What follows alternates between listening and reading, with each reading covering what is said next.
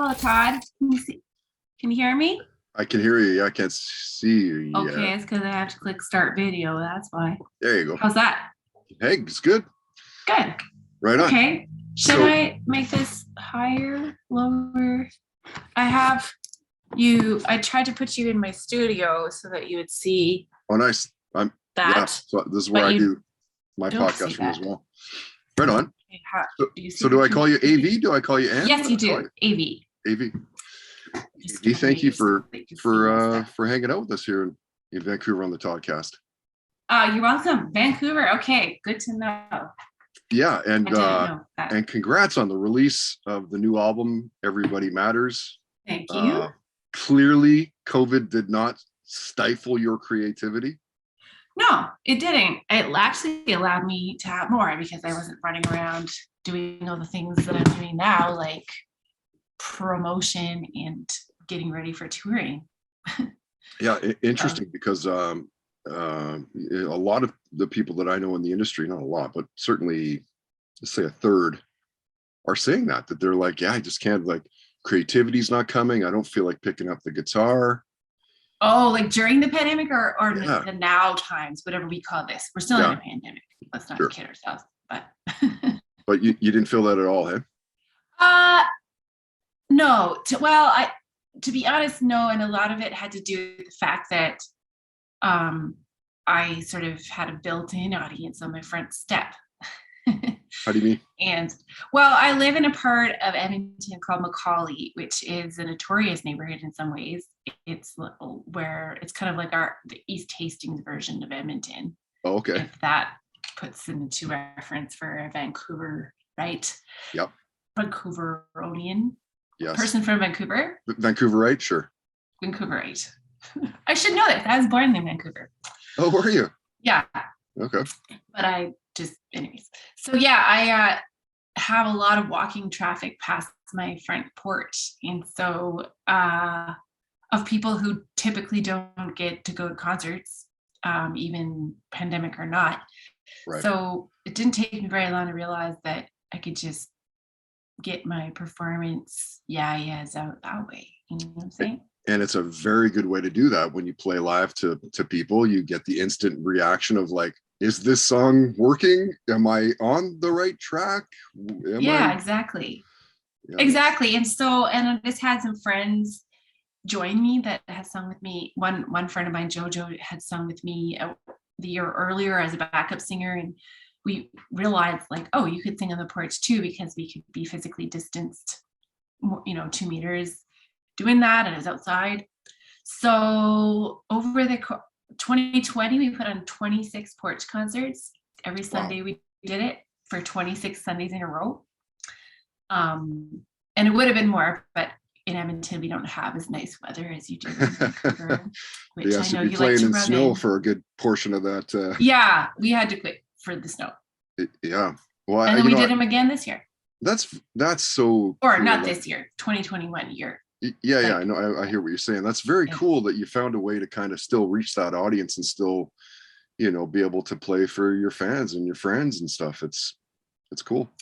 Yeah, it was a nice way to sort of have something to do, and it turned out to be a learning curve for me in a lot of ways. And it also, like leading back to your first question, just about how through that we ended up like having rehearsals outside and jams and involving a lot of people from the community in the neighborhood. And so I didn't feel like I didn't do anything. I did a lot of things. So you sure did. I stayed busy, and staying busy, I think we realize that as much as we have this idea that time off is amazing, I think we're just people that need to be a little busy to keep sane. I think we learned that at that pandemic as well. Yeah, I think you've nailed it. Well, yeah. I absolutely. I mean, I've been playing the album since Carrie sent it to me. Everybody Matters, the new album, your new album. Maybe talk about the people that inspired you to do what you're doing today. Well, yeah, again, it like the whole neighbor, like I wrote most of the songs of the album sitting pretty much right here on my piano bench, piano right there, which is in my attic, which has windows on three sides looking south and east and north. Yeah. And I see a lot of stuff. If you can imagine having a house on a third with an attic 3 stories high in a neighborhood similar to East Hastings, then you'd realize that you would see a lot of things. So and how are the acoustics of that room? It looks like it actually would probably sound not bad. Not too bad. I mean, I didn't record the actual, like I wrote the songs here, but I went to I recorded elements, the actual parts that you hear on the record in different places. Right. So none of it was actually recorded here, but it was inspired here. Sure. Absolutely. And so yeah. Who are those people, like the artists and the bands and stuff, like when you're a little kid that like maybe that your parents are playing to kind of get you excited? Oh yeah. Well, okay. Yeah. So the subject matter of the album is stuff that I've thought about and issues and concerns that I've thought about due to living in a neighborhood where the opioid crisis is a really big deal. So is that. But yeah, musically, I grew up on my parents' vinyl collection, and they had a lot of classical music, but then they also had, which I wasn't very into as a kid, didn't really speak to me. Like classical, like you mean like Beethoven, Bach, and all like classical stuff. Like classical European strings. Like not classic rock, classical, like classical music. Not no. Yeah. No. But I kind of got into more of this. They had like some 70s singer-songwriter records of people like Paul Simon and Leonard Cohen and Cat Stevens. I became a really big Cat Stevens fan. And that's just like all I really was exposed to because I wasn't allowed to watch TV growing up. So I kind of lived in, yeah, I know, crazy. It is a little crazy because all my friends, everybody I know makes references to like I miss out like half the jokes people make. I'm like, sure. I don't know what you're talking about. Wow. It is weird. What was the reasoning behind that? Was there one? Well, you should really directly ask them. But my understanding was that. Are they around? I'll ask. Yeah, they are. And they would love to talk to you. They're retired. Yes, right. And I don't know how much time you have, but yeah. So I think it was a combination of reasons. I think they were just a little put off by pop culture and also just my dad was doing his PhD at the time in how kids learn to read and write, in how their attitudes towards reading and writing long before they even go to school are shaped by what they see around them. And so if you're around people who are reading books and who are creative, you pick up books in a different way than if you're just spoon-fed information by TV, where you don't have to read and your imagination isn't engaged as much because it's just all given to you. It's all laid out. Right. You don't have to fill in the gaps yourself at all much. So anyway, I was a bit of a guinea pig, I guess, for his PhD. Sure. So anyways, it was just more, we had to make up our own play, our own fun. And I now, in retrospect, attribute that to how I handled the pandemic, back to your last question, and how I'm never bored. I can't ever imagine being bored in my life. Like, I don't relate to that state of being. Mm-hmm. And, and just being somebody who has always produced shows and albums and is a writer and produced videos and things that you have to see in your mind's eye before they become actualized. Do you know what I mean? Oh, totally, 100%. Yeah. And probably when you do actually see those and they're visualized and you've released them, you might go back and go like, oh, I wish I could just change that one part of that song. Oh, yes. I wish I could have changed that pre-chorus to there. And does that bug you? Also, like, do you still do that now? Like, can you get away from that? No. No, like sometimes I'll go over, someone will invite me over for dinner or a dinner party, especially on tour or something. Yeah. And they'll be like, they put my album on and they think that will be honored. And I am honored, but I'm like, you have to turn that off. Like anything but my music, please. Yeah. Like I mean, oh, this is very unnerving. It's unnerving because it's me and I'm also there, but it's also unnerving because I can't shut off that analytical, like it's that was recorded at a time, and that time is in the past now, and I've learned things since, and you're under budget constrictions and time constrictions too, always with art projects, right? So you do it the best you can in the moment with what you got, and then you move on. And sometimes you're proud of it in the moment.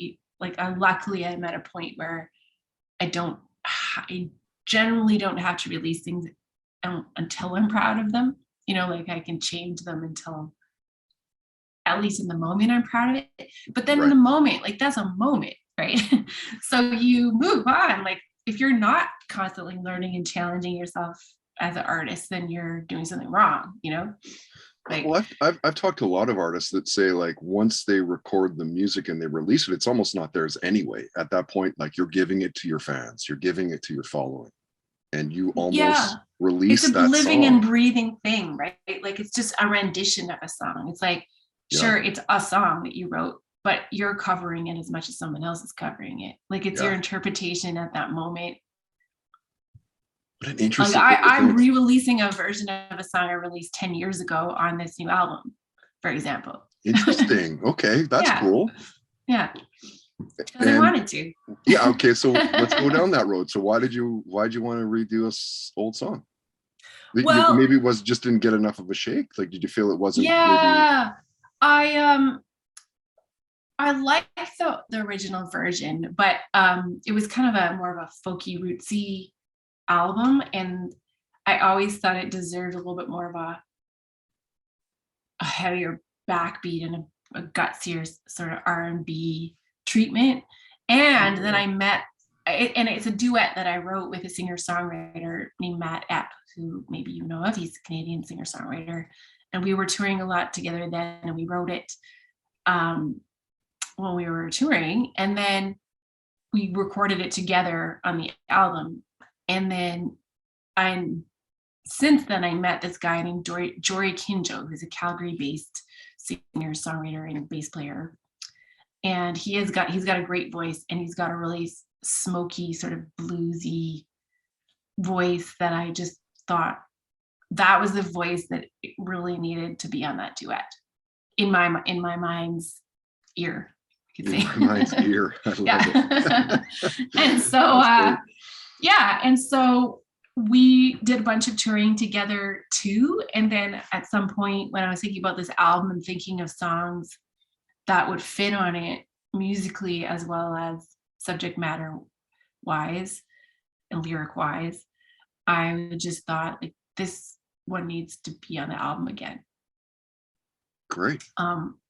So I just did it. I mean, that's the one nice thing about being your own boss is I checked with myself, checked with the boss, and turns out I wanted to do the approval. Song, so yes. When you're writing songs, like I don't even know how to word this, like being a former radio DJ, I radio DJ'd in Vancouver for 15 years. When you write songs, do you specifically try to get played on radio, and how hard is it to get played on radio? Well, okay, I'll answer your first question first. I don't. I don't do that. I kind of don't. When I'm initially writing a thing, I'm just not trying to analyze and self-edit as I go. I just let myself just try not to get in your own way. Yeah, just let it all out, and because you can always edit later. You can always just entirely throw it out into the garbage if you want. Right. But I just feel like when you're initially inspired by a thing, then you should just record it, and then I have a next day test. Right, it's a great way to do it. The next day I'm like, I was That was fun in the moment, and that was it. Right. Yeah. And other times I'm like, there might be something there. Yeah, I've talked to a lot of people that write songs, or they'll do exactly what you just said, and like listen back, and or the next day, if they can't remember the harmony or they can't remember the words before they went to bed, then probably not very good. If it's not memorable. Oh, they do bits of memory. Okay. I don't do that because I don't remember anything. Yeah. But I've been in, doing things long enough with various radio promoters and people that are, written hits and co-written with people who are hit songwriters and stuff, to kind of know when something's appropriate for commercial radio, because commercial radio is an entirely different beast than non-commercial radio. 100%. So like non-commercial radio is like anything. You have a song that involves 17 pan flutes and it's 12 minutes long.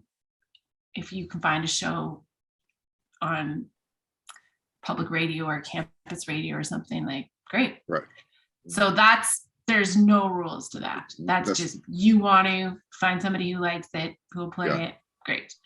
But commercial radio is a very, very narrow thing that is very conservative. It takes no risks. They'd rather play the songs by people who have a million hits that have made them tons of money, right, before 1,000 times over, before they'll give one person a chance once. Because the whole perspective is like, if somebody changes the dial because they don't know this, because people generally like what's familiar, then they lose advertising money. And so it's all about not taking risks. You were going to take me down a road that I'm going to start fucking ranting. Like, I used to beat my head against the wall and be like, I worked at a rock station. So I'd always be like, let's just say that hypothetically we played the Tragically Hip and Sloan and Biff Naked and Matt Good and Nickelback and Default and all these other bands, Monster Truck and Pride Tiger and whatever. Let's just say we play these bands 25,000 times over the year. Why don't we play them 20,000 and give 5,000 spins to local bands that are playing in our scene? Support the locals and the indie music.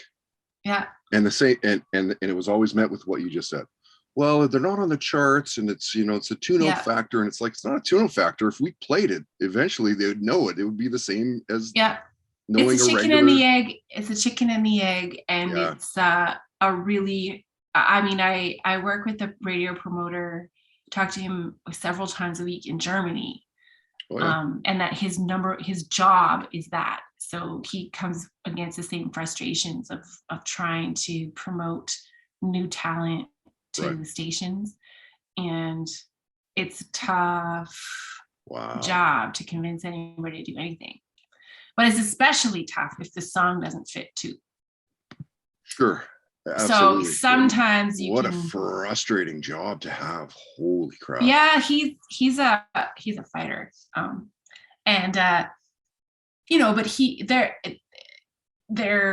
it is true that, for example, on your rock station, if all of a sudden you played Enya, they'd be like, what?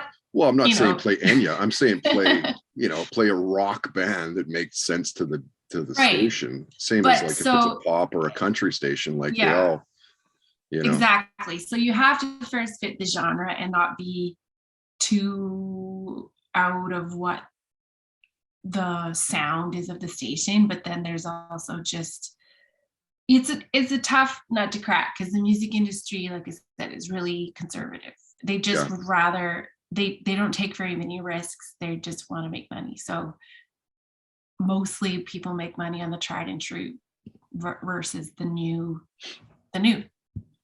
So knowing that, I think that you definitely can't base your career on radio. Like, if radio works out for you, that's great, but it's like basing your career on winning the lottery. So you should probably, like, you might win the lottery and you might win a lot of money in the lottery, but you also, or you might just throw your money away. Not the reason lotteries make the money that they do and they have the money to give away that they do is because 99.9% of people do not win the lottery.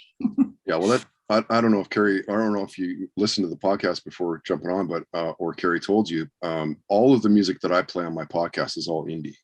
It's all Right. local Vancouver bands. I mean, I don't need to play Pearl Jam anymore. I don't need to Right. play these bands that everybody knows. Like, I'm going Yeah, to play yeah. you on my podcast because I want people to know AV.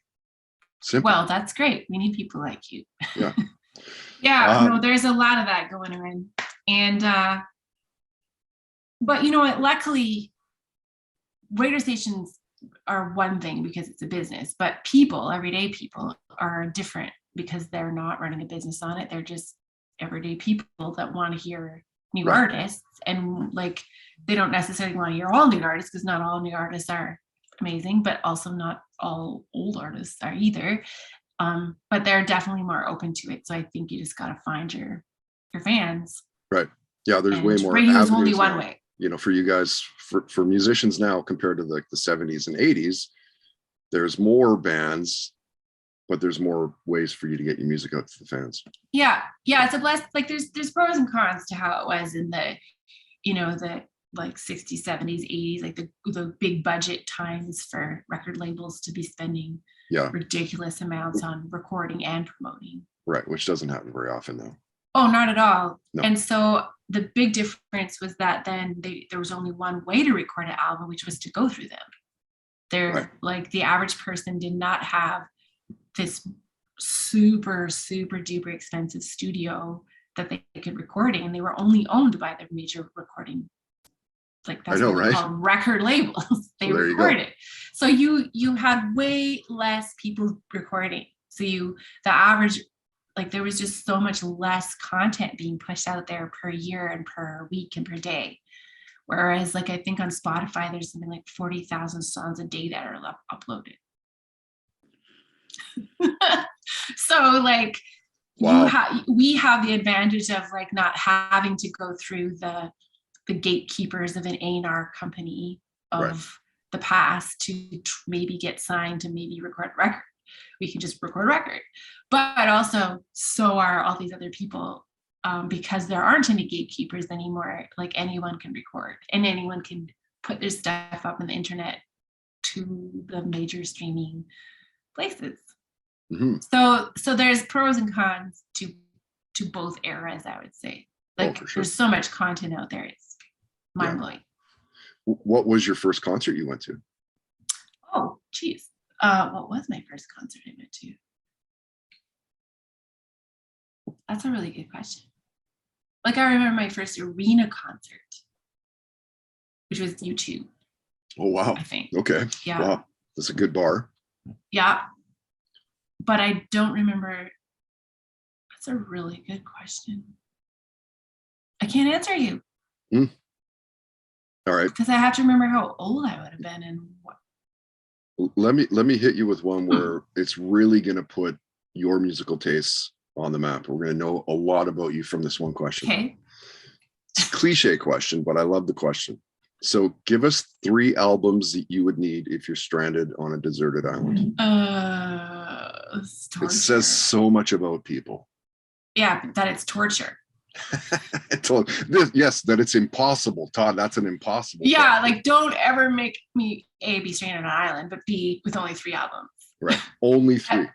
Because you leave that album leave the island knowing those 3 albums. Like, I will tell you, will not be Dave Brubeck Take 5, only because I had a van that swallowed that CD and wouldn't spit it out again. And so I listened to that CD for a long time, like 8 or 9 months of driving.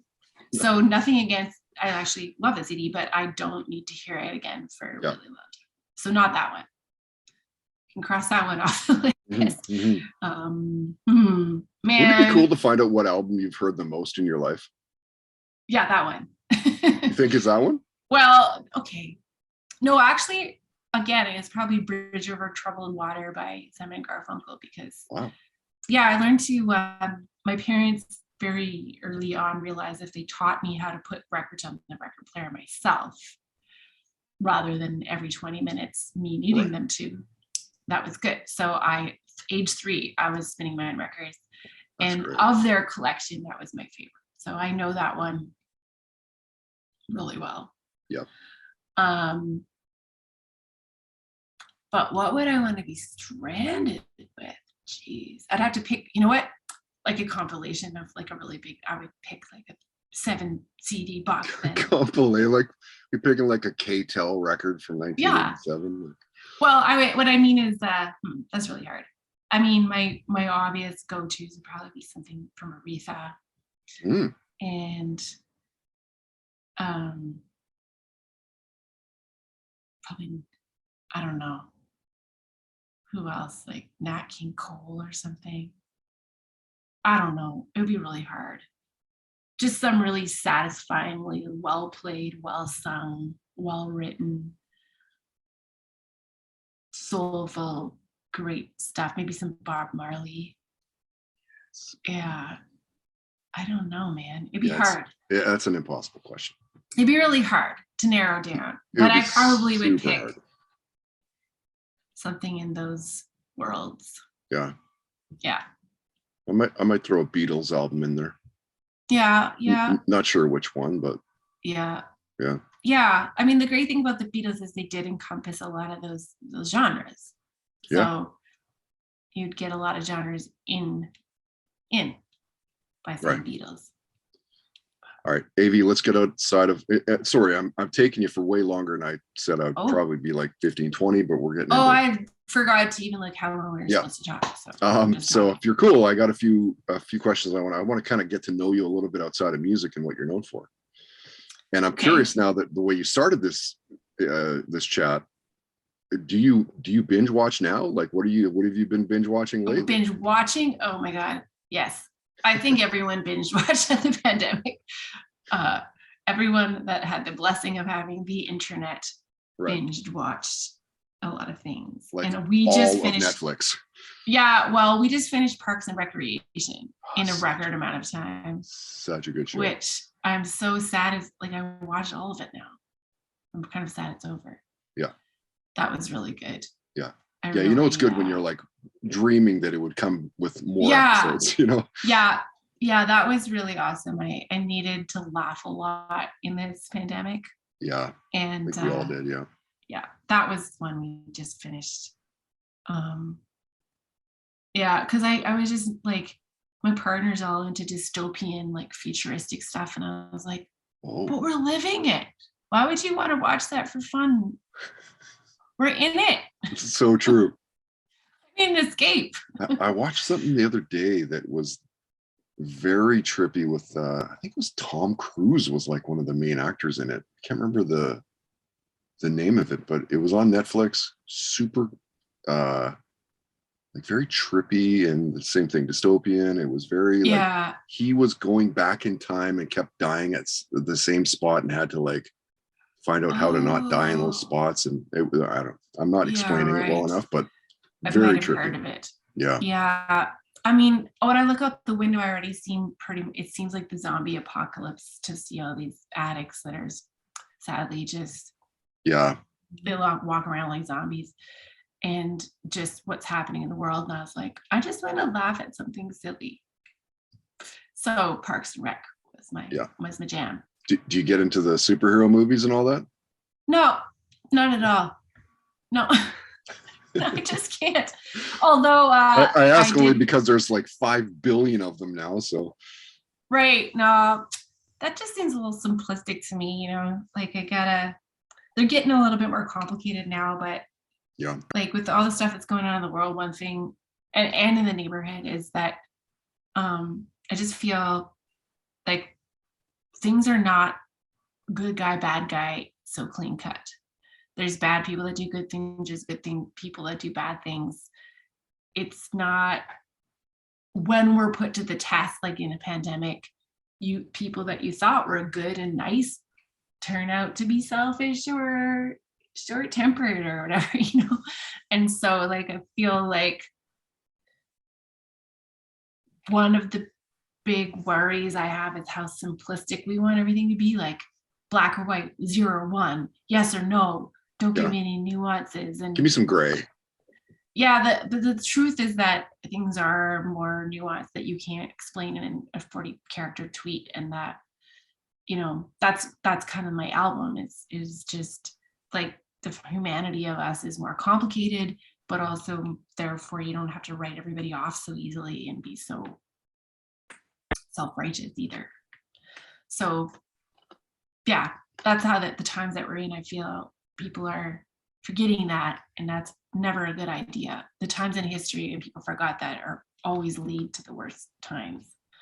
So I hope that we don't do that. Mm-hmm. Mm-hmm. We're smarter than that. Are you a big sports fan? What do you like to watch? Who's your team? I never was a huge sports fan. I mean, I grew up in Edmonton in some years where Edmonton won things. Yeah. Long ago. Yes. But so you're born in Vancouver, and then did you move there right away I moved when we were 5. Okay. When I was 5. Yeah. I was 5. My parents were not 5. Yeah. I got the record. No more fake news on your show. It's fake news. This is fake news. Yeah. Yes, singer songwriter born of 2 5-year-olds. Mm-hmm. That would be a good tabloid headline. Anyways, but my partner is a soccer coach, and so I end up watching a lot of soccer now, like a lot, or being in the vicinity of soccer and hearing about soccer, right? Everything. So I didn't know who Leo Messi was 3 years ago, and now I really do.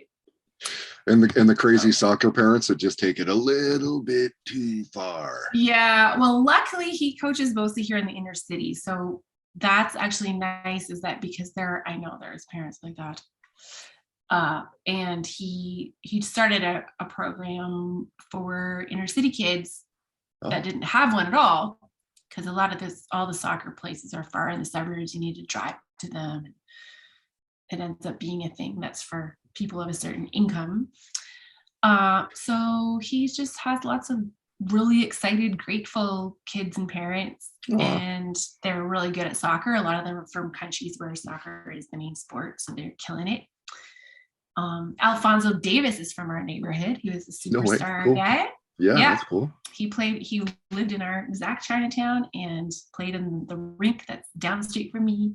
Wow. So the kids around here are totally look up to him like crazy. And right. We went to the games that were played here in Edmonton a couple months ago. Oh, that's fun. That was pretty exciting. Yeah, we live right by the stadium, so that was pretty cool. Yeah. Are you watching much of the Beijing Olympics? Nope. Well, and I don't have a TV. Oh, you don't have a TV? Because I still don't. My parents really got their way. They produced a person that has no television in their house. Wow. Yeah. So no. I mean, I'm sure it's online. But yeah, it's definitely, if you want to search it out, it's definitely online for sure. Yeah. Yeah, now that I'm getting so busy with the album release stuff, my online time is all this kind of stuff. So I'm kind of done with online when it's the end of the day. Yeah, no, fair. But it is cool. It's cool to see people do things at that level of excellence. Oh, I know, it's crazy. I don't know, even if you spent the amount of time that they spend on it, if you'd ever even get half as good as they are at some of those things. Oh yeah. It's amazing. They say for music you got to put in at least your 10,000 hours, but they have to put in their 30,000 hours. Something. Yeah. Yeah. All right, Avi, I'll ask you a couple more questions. Okay. And then we'll wrap it up. What's the worst job that you've had? Okay. I easily can answer because I lasted 1 shift. No, actually, there's 2 places they tie for it. They're both waitressing jobs.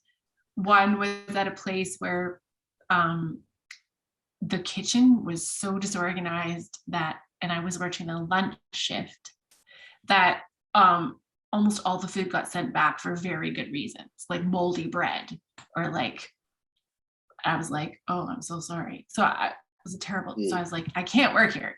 No, how can I make money? Mid shift. I think I'm quitting. I think that you guys no. Yeah. And then another place was also waitressing at a place where there was as a pizza place and a bar, but it was where all these VLT machines were.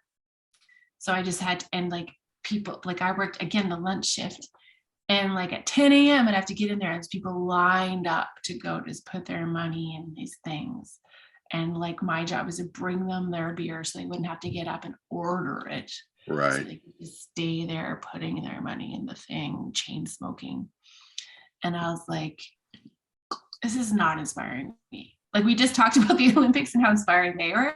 Yeah. And then the flip of that is watching people just like literally throw their money into a machine, totally addicted to gambling and alcohol and cigarettes probably. And I was just like, that's rough. I don't think I can do this anymore. I did write a song though. I sat there and I wrote a song, and I did get a song out of it. But, oh, that's good. And that's the thing, right? With songwriting and that sort of, and just writing in general, you never know when it's going to strike you.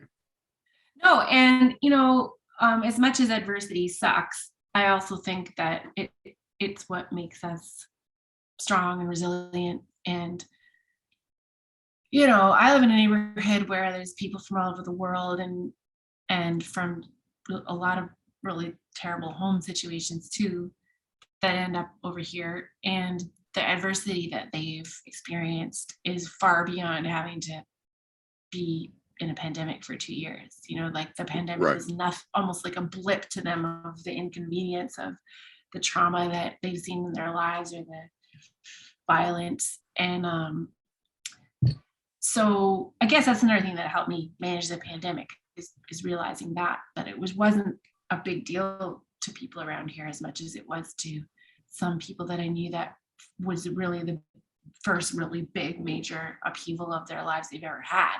Mm-hmm. So yeah, I think you know, we are not just on this planet to avoid pain. Although, you know, like I think we're on this planet to handle, to be put to the test of what we can handle and see what we can learn and see how we can grow. And you know, well, I like that. Hopefully we have. I hope we have. I don't know. We're certainly getting there. Right now is making me think that, but right. Well, this segues nice into the last question. Maybe you have a story, maybe you don't. Share a near-death story with us where you're like, holy crap, I could have died just now. Oh, geez. Well, I've traveled a lot. I've done a lot of touring. I can remember certain drives. There was one drive on the face of a mountain in BC, actually. Like treacherous shit. Yeah. I don't know if you've ever been to, what's it called? This town on the Sunshine Coast, and you can only get to it. Sunshine Coast. By Gibson? No, it's north of there. It will come. You could. There's. It took me longer to get there from Edmonton than it does for me to go to Europe. No way, really? Yeah, because there's no road in unless you have to go from either Wells, BC, and then go over a mountain range and then on gravel roads or you can take a flight from Vancouver that only happens 3 times a week. I will think of it any second now. It's beautiful. It's very remote. And then, or you can go by water if you take a ferry from Vancouver Island and another ferry. Right. Oh, it's definitely some. You're hopping. It's gonna pop into my mind any second. It will. Anyways. Oh no, it's not that. Anyways, the point is that so you're driving on this like crazy 3 times a week road. There's flights. Yeah. But often there's fog where the airport is, because this place is in a really deep valley. And so if there's fog, then you have to, rather than taking the little tiny like 12-seater airplane out from there, you have to go on a school bus that drives past the fog up a mountain to this area that's like high up, that's past the tree line, where there's another place where the airplane can go. And this road is crazy. it is nuts. It's somehow a 2-lane road, but Right. Air quotes. And there's no barrier, like there's no what is it called? Arm guard, like guardrail. Yep. There isn't. And you're in this bus, and this bus is like got like no shocks in the backseat, like bumping around, bouncing around and shit. And then you look down and you're like, oh my Lord God. Like and everyone in the bus is leaning towards the mountain as if that helps. Maybe it helps. I don't know. And it's nuts. Sure feels like you're probably in the moment. And you're like, holy crap.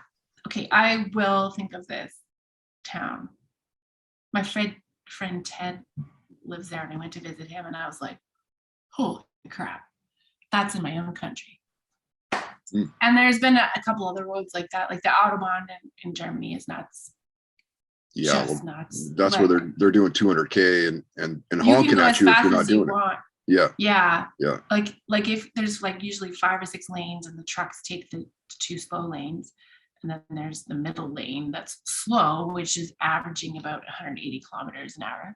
And then if you can be in the next lane, which if you want to pass them, say, and then the really fast lane, you keep clear for people who drive sports cars. Oh my God. And a couple of times I went in the really fast lane to pass, like we're late for sound check usually.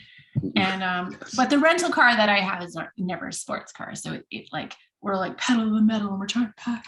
And then we're in the really fast lane, but first you rear view, you make sure no one's behind you, and no one is. So you're like, okay, you're passing. And then suddenly someone is behind you because that's how fast they were going. They were just not there, and then they were there. It feels like they dropped from a tree. Like I just looked at my rear mirror.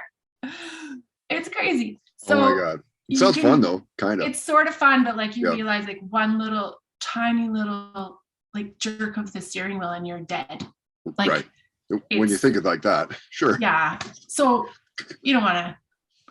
And I've seen horrible accidents on there. Like just you drive by and you're like, oh Lord God. Yeah. Touring. Always musicians talking about the touring and like near death stories. Oh yeah, sure. I have many more than that, but yeah. I thought I had this BC. Okay, I'm gonna think of. I can't get Campbell River out of my mind, but it's not Campbell River. It's. I will think of it, and we'll type it into the podcast when it's broadcast. Yes, we'll make that when it's broadcast. We'll make that one of the searchable hashtags or whatever. Yeah. I guess I got one more question. Where do you see yourself? And this is a huge one. Where do you see yourself in like 5 years? Well, hopefully not dead on the Autobahn. Yes. Or falling up the side of a mountain. Well, I have so many more songs and like I just have this backlog of music that I haven't released. Really? That I just feel antsy about. Like it's almost like impatient having to promote my music because I just want to, it's this album I actually recorded in 2019. It's almost like 3 years ago that I recorded it. Wow. So I have all this new stuff and new remixes and just new things and just antsy to just get it out there, but get it out there properly. And right. So it all takes time. I mean, I hope that I can do some more touring. I have some environmental, like ethical qualms about touring. We learned during the pandemic that our Earth likes it better than when we don't zip around on airplanes all the time. Yeah. Well, there's way to, you as a touring artist, there's ways for you to kind of offset those. Yeah. Yes, there are. I mean, I don't know how. I always wondered how if you donated like $2 that would offset your whole flight. Better than a kick in the ass, I guess. So yeah, it is. Yeah. Imagine if everybody did $2 suddenly. Yeah, that's true. That's true. And I think that,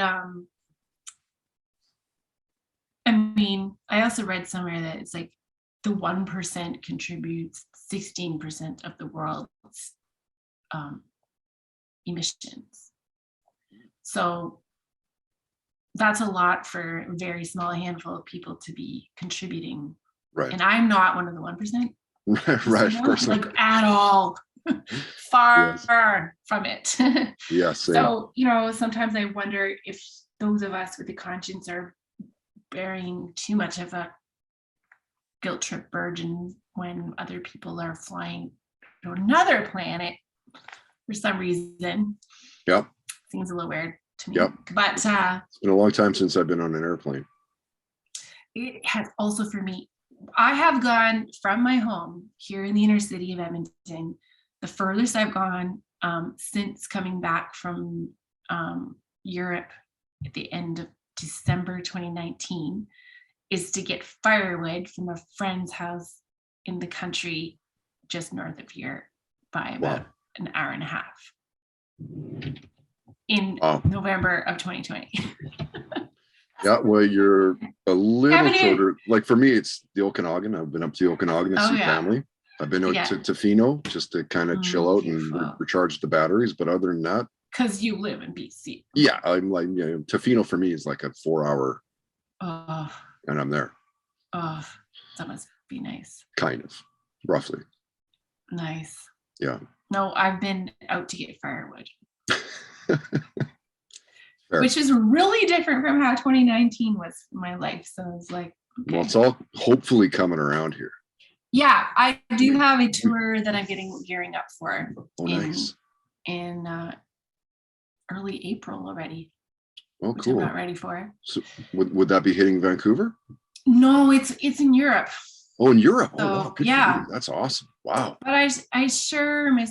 I haven't been out to BC for so long. I actually got a message from someone today who heard me on the radio, who's BC, and they were like, "When are you coming out?" And you're sort of the second person to ask me now. Yeah. So well, now that you got the album out, expect people to say that more and more to you. Well, yeah, I hope so. I mean, I hope you guys have way less problems with floods and fires and. Yeah, what a crazy year. Yeah, and that it's, things can be a little bit more balanced for everybody. Yeah. But yeah, we'll see what's in the cards with this album as I roll it out. Yep. And with the pandemic and whatever other apocalyptic things happen to us. It's exactly. We don't know. AV's new album, Apocalyptic. Yeah. Coming out in 2023. Yeah. Oof, I hope not, because I hope I'm wrong. Right. AV, thank you again for jumping on. You're easy to find on Twitter and Instagram. Is it Anne Vriend? Mm-hmm. Yeah. AnneVriend.com as well. Yeah. It's like friend with a V. Yeah, that's what I figured. I was like, maybe it is, maybe it's not though. But well, anyway. the official pronunciation is Anne Vriend. It's a Dutch name. See, so no one. That's why I just do the AV because. Yeah. Yeah. AV is easy to remember too. Oh, and I have my music directly for sale on my Shopify store. Yes. So how did we find that? You just go Anne Vriend Shopify and you'll find me easily. Okay. Awesome. Yeah, that's I'll put some links in when you're broadcasting your show. Yeah, let me know. Shoot them over to Carrie as well, and then we can put them in all that stuff as well. Oh yeah, she's got them. Got them, and people have been ordering, which is really nice because it's way better than going through a third party for me. Right. Oh, cool. Yeah. Okay. Well, congrats again on the album. Everybody Matters. AV. I guess we'll see you online. Thanks again. Yeah. Thanks for having me on your show. Okay. Rock on. Have a great night. Good to see you. Okay.